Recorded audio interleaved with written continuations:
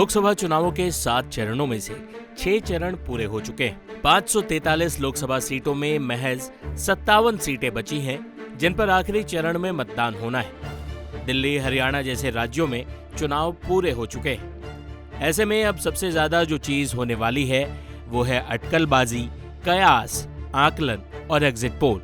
अब की बार किसकी सरकार? इन दिनों 2 मशहूर चुनाव विशेषज्ञों की बहस चर्चा में है। योगेंद्र यादव और प्रशांत किशोर दोनों के अपने दावे हैं और उनके पीछे अपना तार्किक आधार, और दोनों की अपनी राजनीति भी। पीके जहां कई राजनीतिक पार्टियों का चुनावी मैनेजमेंट संभाल चुके हैं, वहीं योगेंद्र यादव भी कांग्रेस के उम्मीदवारों के लिए खुलकर वोट मांगते हैं। ये महज डिस्क्लेमर है, हम इससे उनके राजनीतिक विवेक या निष्पक्ष आकलन पर सवाल नहीं उठा रहे। पहले प्रशांत किशोर की बात पर आते हैं, जिनके आकलन के मुताबिक बीजेपी को 2024 में कमोबेश उतनी ही सीटें आएंगी जितनी 2019 लोकसभा चुनावों में आई थी, यानी 303 के आसपास ही बीजेपी रहेगी। 400 पार के नारे और बीजेपी के अकेले 370 सीटें जीतने के दावे पर प्रशांत किशोर इसे असंभव बताते। पीके ने योगेंद्र यादव का जिक्र करते हुए एक ट्वीट किया है, जिसमें उन्होंने कहा, देश में चुनाव और सामाजिक राजनीतिक विषयों की समझ रखने वालों में एक विश्वसनीय चेहरा योगेंद्र यादव जी ने 2024 लोकसभा इलेक्शंस का अपना फाइनल आकलन साझा किया है। योगेंद्र जी के मुताबिक इन चुनावों में बीजेपी को 240 से 260 और एनडीए के साथी दलों को 35 से 45 सीटें मिल सकती है।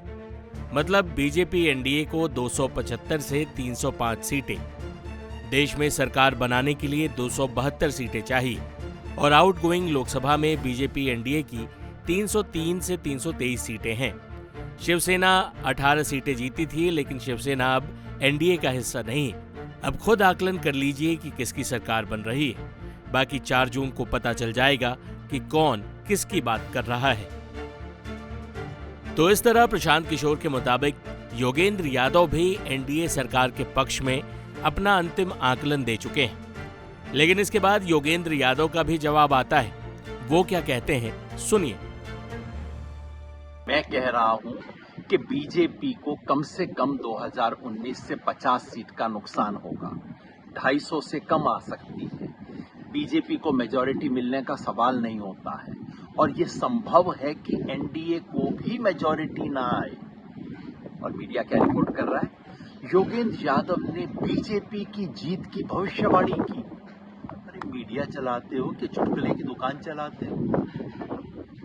हंसी इस बात की आई है कि बीजेपी के दरबारियों को और उनका समर्थन करने वालों को योगेंद्र यादव का कंधा चाहिए अपनी बात की विश्वसनीयता बनाने के लिए। शुक्रिया कहने का मन किया, लेकिन एक गहरा संतोष इस बात का हुआ कि आखिर ये बहस उस बिंदु पे आ गई जहां पिछले 1.5 महीने से मैं इसे लाना चाह रहा था।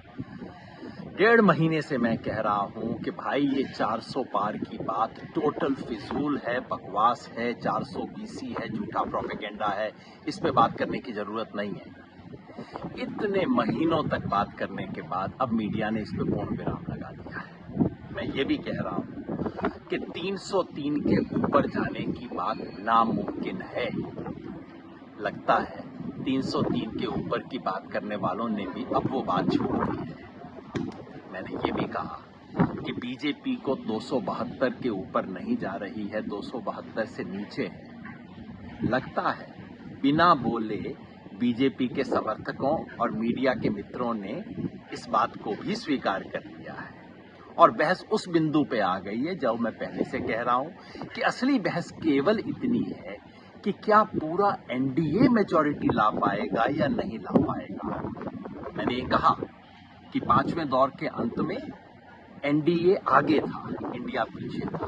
मैंने ये भी कहा कि यह संभव है अगर ये स्थिति और चलती रही, जो खबर हरियाणा से, दिल्ली से, पूर्वी उत्तर प्रदेश और पश्चिमी बिहार से मिल रही है, अगर वो चलती रही तो ये भी संभव है कि इंडिया ऊपर हो जाए और एनडीए नीचे हो जाए। मतलब ये चुनाव पलट चुका है। अब इन दोनों में से किसका दावा सच के करीब निकलेगा, इसके लिए ठीक एक हफ्ते का वक्त शेष है।